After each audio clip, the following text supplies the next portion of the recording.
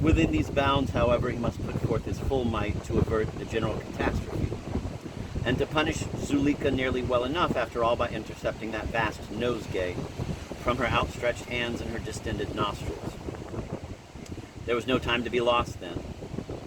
But he wondered, as he paced the grand curve between St. Mary's and Magdalen Bridge, just how was he to begin? Down the flight of steps from Queens came lounging an average undergraduate. "Mr. Smith," said the Duke, "a word with you." "But my name is not Smith," said the young man. "Generically it is," replied the Duke. "You are Smith to all intents and purposes. That indeed is why I address you. In making your acquaintance, I make 1,000 acquaintances. You are a shortcut to knowledge. Tell me, do you seriously think of drowning yourself this afternoon?" "Rather," said the undergraduate. "A meiosis in common use, equivalent to yes, assuredly," murmured the Duke. "And why," he then asked, "do you mean to do this?" "Why? How can you ask? Why are you going to do it?" The Socratic manner is not a game at which two can play. Please answer my question to the best of your ability. "Well, because I can't live without her, because I want to prove my love for her, because—" "One reason at a time, please," said the Duke, holding up his hand. "You can't live without her? Then I am to assume that you look forward to dying?" "Rather." "You are truly happy in that prospect?"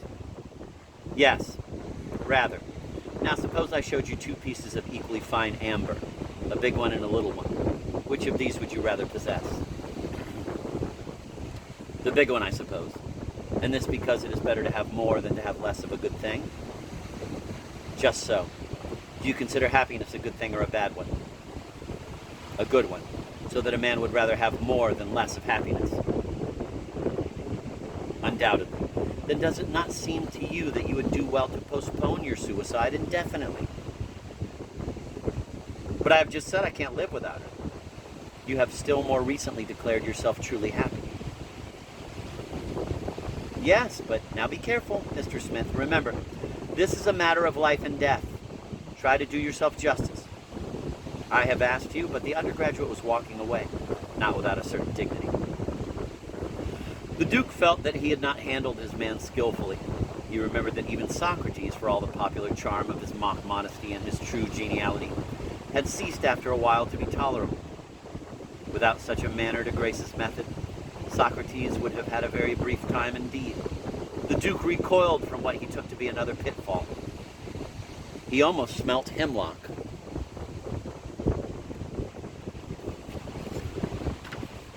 A party of 4 undergraduates abreast was approaching. How should he address them? His choice wavered between the evangelic wistfulness of "Are you saved?" and the breeziness of the recruiting sergeant's "Come, you're fine, upstanding young fellows. Isn't it a pity?" etc. Meanwhile, the quartet had passed by. 2 other undergraduates approached. The Duke asked them simply as a personal favor to himself not to throw away their lives. They said they were very sorry, but in this particular matter they must please themselves. In vain he pled. They admitted that, but for his example, they would never have thought of dying. They wished they could show him their gratitude in any way but the one which would rob them of it.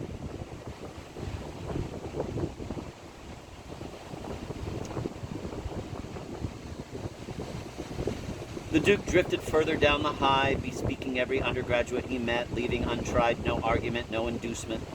For one man, whose name he happened to know, he invented an urgent personal message for Miss Dobson, imploring him not to die on her account. On another man he offered to settle by hasty codicil a sum of money sufficient to yield an annual income of £2,000, 3,000, any sum within reason. With another he offered to walk arm in arm to Carfax and back again, all to no avail.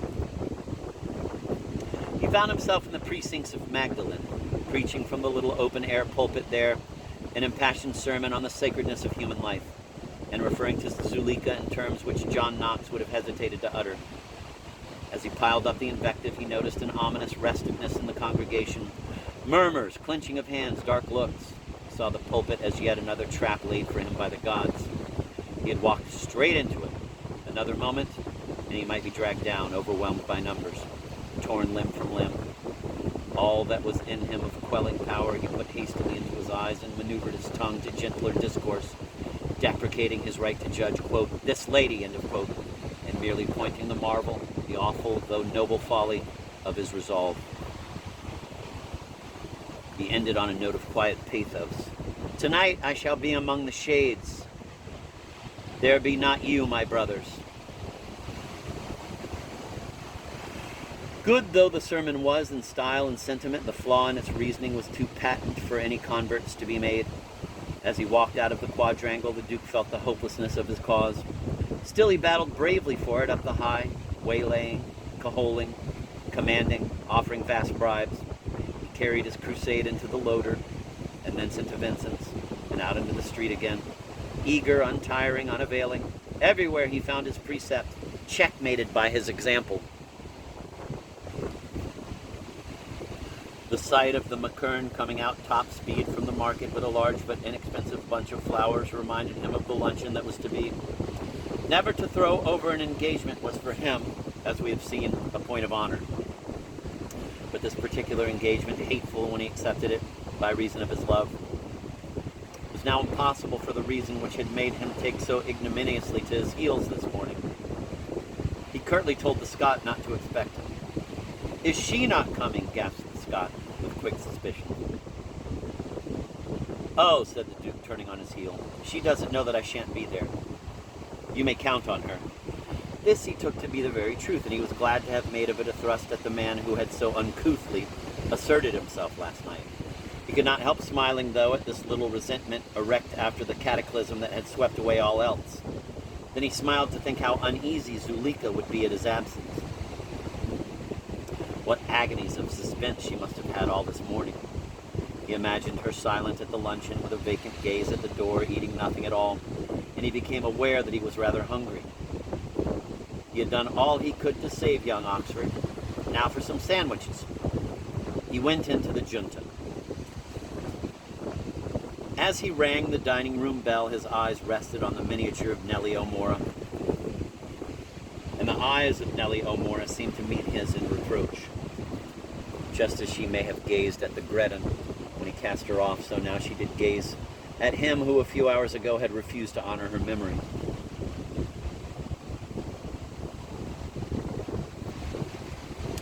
Yes, and many other eyes than hers rebuked him. It was around the walls of this room that hung those presentiments of the junta as focused, year after year, in a certain corner of Tom Quad, by Messrs. Hills and Saunders. All around the members of the little hierarchy, a hierarchy ever-changing in all but youth and a certain sternness of aspect that comes at the moment of being immortalized, were gazing forth now with a sternness beyond their wont. Not one of them but had in his day handed on loyally the praise of Nellie O'Mora in the form their founder had ordained, and the Duke's revolt last night had so incensed them that they would, if they could, have come down from their frames and walked straight out of the club in chronological order. First, the men of the 60s, almost as near in time to Gretton as the Duke, also gloriously bewhiskered and cravatted. But how faded now, alas, by exposure, and last of all in the procession, and angrier perhaps than any of them, the Duke himself, the Duke of a year ago, president and sole member.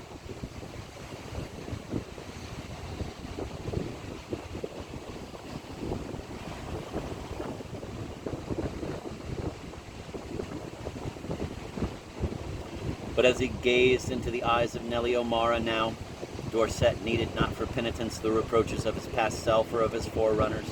Sweet girl, he murmured, forgive me, I was mad. I was under the sway of a deplorable infatuation. It is past. See, he murmured with a delicacy of feeling that justified the untruth. I am come here for the express purpose of undoing my impiety.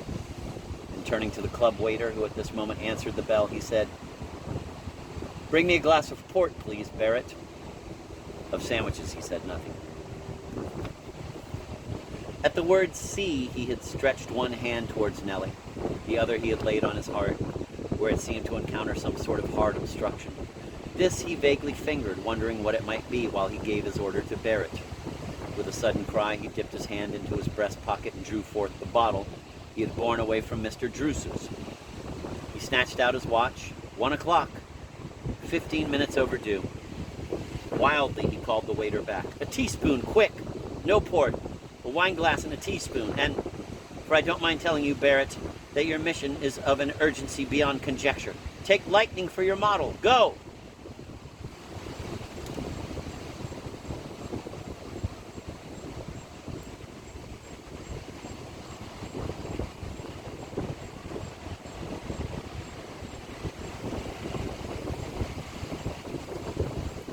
Agitation mastered him. He tried vainly to feel his pulse, well knowing that if he found it, he could deduce nothing from its action. He saw himself haggard in the looking-glass. Would Barrett never come? Every 2 hours the directions were explicit. Had he delivered himself into the god's hands? The eyes of Nellie O'Mora were on him compassionately, and all the eyes of his forerunners were on him in austere scorn. "See," they seemed to be saying, "the chastisement of last night's blasphemy." Violently, insistently, he rang the bell. In rushed Barrett at last. From the teaspoon into the wine glass, the Duke poured the draught of salvation, and then, raising it aloft, he looked around at his forerunners and in a firm voice cried, "Gentlemen, I give you Nellie O'Mora, the fairest witch that ever was or will be." He drained his glass, heaved the deep sigh of a double satisfaction, dismissed with a glance the wondering Barrett, sat down. He was glad to be able to face Nellie with a clear conscience. Her eyes were not less sad now, but it seemed to him that their sadness came of a knowledge that she would never see him again. She seemed to be saying to him, quote, "Had you lived in my day, it is you that I would have loved, not Gredon," end of quote. And he made silent answer, quote, "Had you lived in my day, I should have been Dobson proof," end of quote. He realized, however, that to Zuleika he owed the tenderness he now felt for Miss O'Mora. It was Zuleika that had cured him of his aseity. She it was that had made his heart a warm and negotiable thing. Yes, and that was the final cruelty. To love and be loved. This, he had come to know, was all that mattered. Yesterday, to love and die had seemed felicity enough. Now he knew that the secret, the open secret of happiness was in mutual love, a state that needed not the fillip of death, and he had to die without having ever lived. Admiration, homage, fear, he had sown broadcast. The one woman who had loved him had turned to stone because he loved her. Death would lose much of its sting for him if there were somewhere in the world just one woman, however lowly, whose heart would be broken by his dying. What a pity Nellie O'Mora was not really extant. Suddenly he recalled certain words lightly spoken yesterday by Zuleika. She had told him he was loved by the girl who waited on him, the daughter of his landlady. Was this so? He had seen no sign of it, had received no token of it, but after all, how should he have seen a sign of anything in one whom he had never consciously visualized? That she had never thrust herself on his notice might mean merely that she had been well brought up. What likelier than that the daughter of Mrs. Batch, that worthy soul, had been well brought up?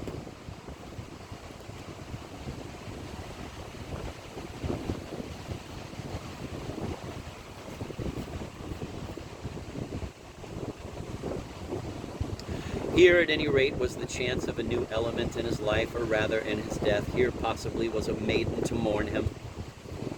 He would lunch in his rooms. With a farewell look at Nellie's miniature, he took the medicine bottle from the table and went quickly out. The heavens had grown steadily darker and darker, the air more sulphurous and baleful, and the high had a strangely woebegone look, being all forsaken by youth in this hour of luncheon. Even so would its look be all tomorrow, thought the Duke, and for many morrows. Well, he had done what he could. He was free now to brighten a little his own last hours. He hastened on, eager to see the landlady's daughter. He wondered what she was like, and whether she really loved him. As he threw open the door of his sitting room, he was aware of a rustle, a rush, a cry. In another instant, he was aware of Zuleika Dobson at his feet, at his knees, clasping him to her, sobbing, laughing, sobbing.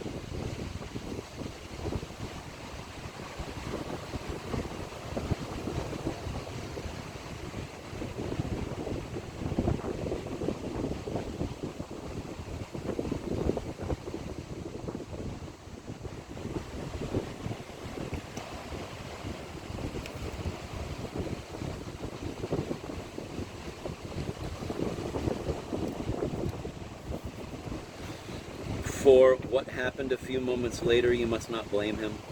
Some measure of force was the only way out of an impossible situation. It was in vain that he commanded the young lady to let go.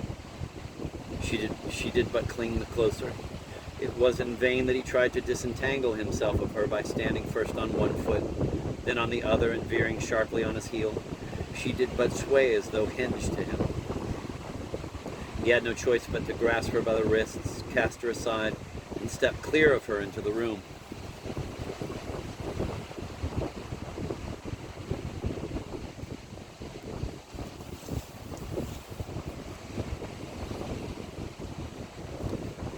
Her hat, gauzily basking with a pair of long white gloves on one of his armchairs, proclaimed that she had come to stay.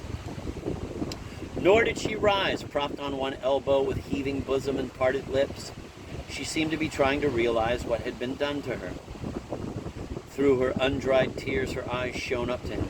He asked, "To what am I indebted for this visit?" "Ah, say that again," she murmured. "Your voice is music."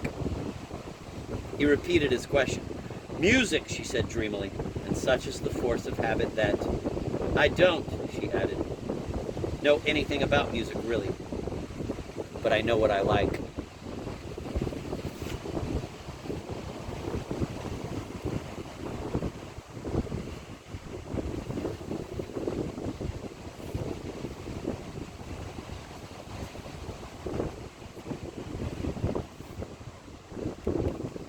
"Had you not better get up from the floor?" he said. "The door is open, and anyone who passed might see you."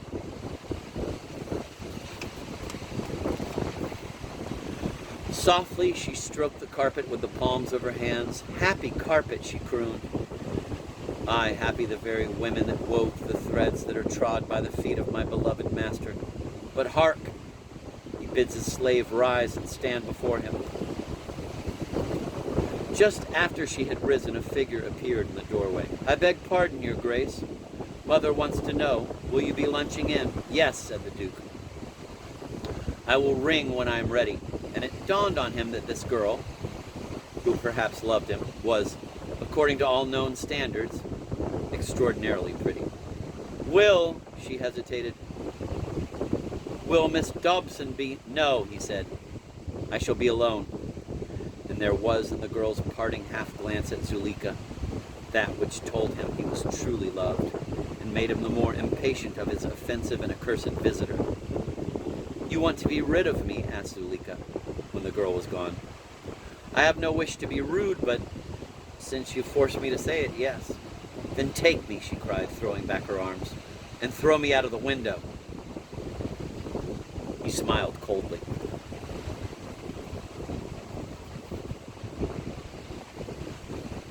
"You think I don't mean it? You think I would struggle? Try me." She let herself droop sideways, in an attitude limp and portable. "Try me," she repeated. "All this is very well conceived, no doubt," said he, "and well executed, but it happens to be otiose." "What do you mean?" "I mean you may set your mind at rest. I am not going to back out of my promise." Zuleika flushed. "You are cruel. I would give the world and all not to have written you that hateful letter. Forget it for pity's sake. For pity's sake."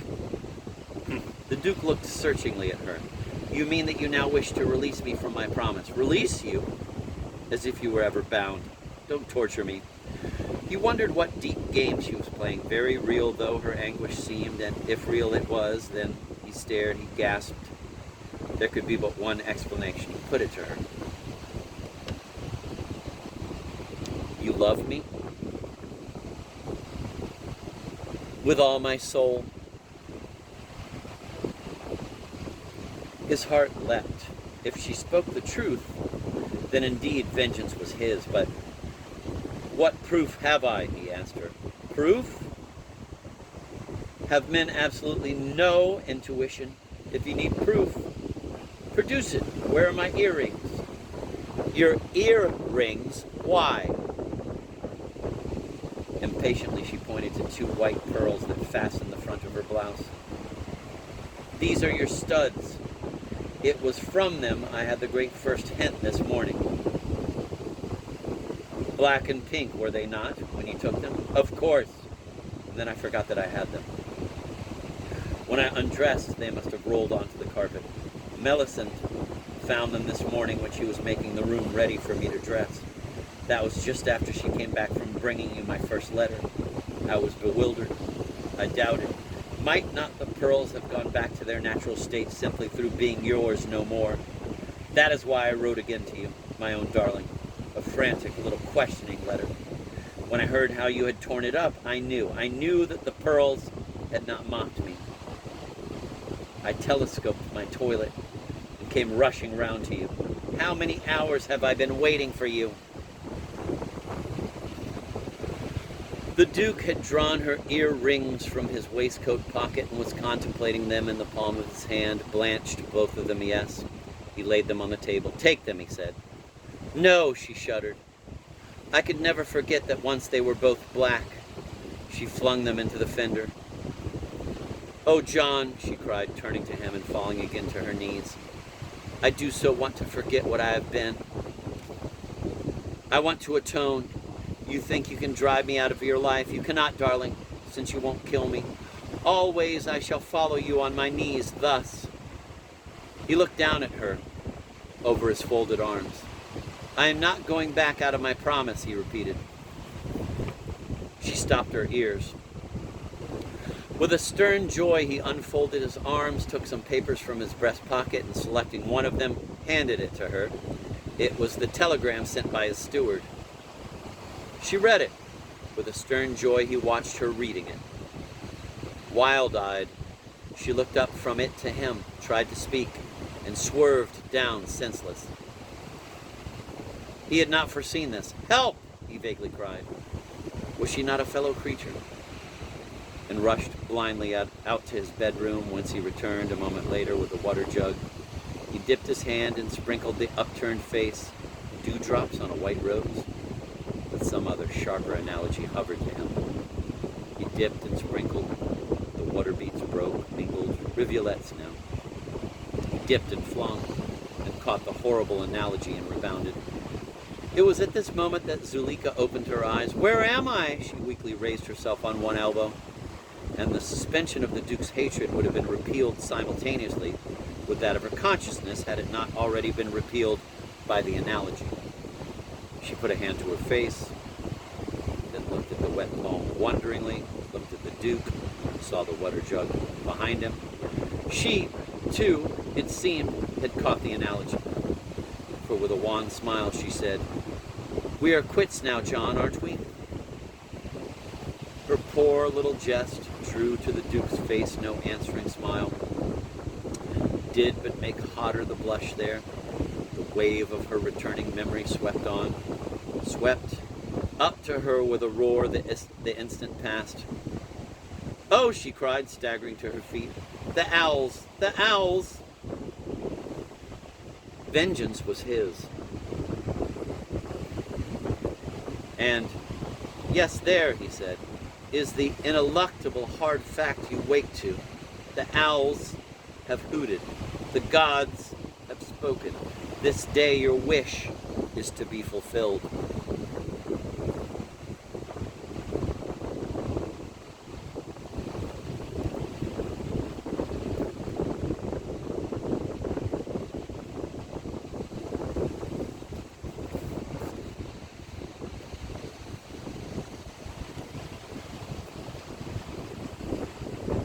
The owls have hooted, the gods have spoken this day. Oh, it must not be, John. Heaven have mercy on me. The unerring owls have hooted. The dispiteous and humorous gods have spoken. Miss Dobson, it has to be. And let me remind you, he added with a glance at his watch, that you ought not to keep the McKern waiting for luncheon. That is unworthy of you, she said. There was in her eyes a look that made the words sound as if they had been spoken by a dumb animal. You have sent him an excuse? No, I have forgotten him. That is unworthy of you. After all, he is going to die for you like the rest of us. I am but one of a number, you know. Use your sense of proportion.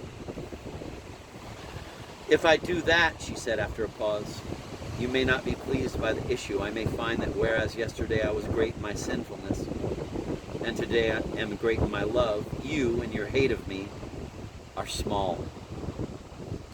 I may find that what I had taken to be a great indifference is nothing but a very small hate. Ah, I have wounded you? Forgive me, a weak woman, talking at random in her wretchedness. Oh, John, John, if I thought you small, my love would but take on the crown of pity. Don't forbid me to call you John. I looked you up in Debrett while I was waiting for you. That seemed to bring you nearer to me. So many other names you have too. I remember you told me them all yesterday here in this room, not 24 hours ago. Hours?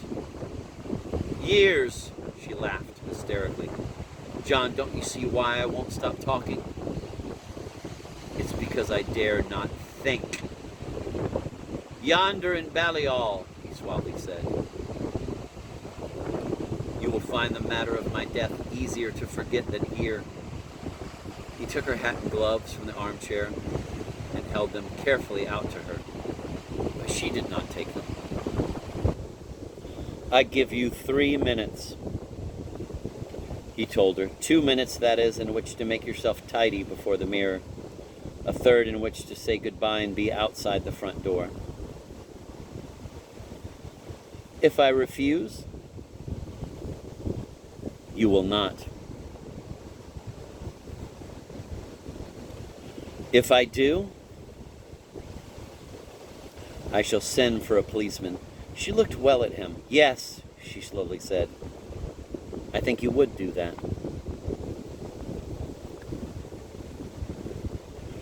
She took her things from him and laid them by the mirror. With a high hand she quelled the excesses of her hair, some of the curls still agleam with water, and knowingly poised and pinned her hat.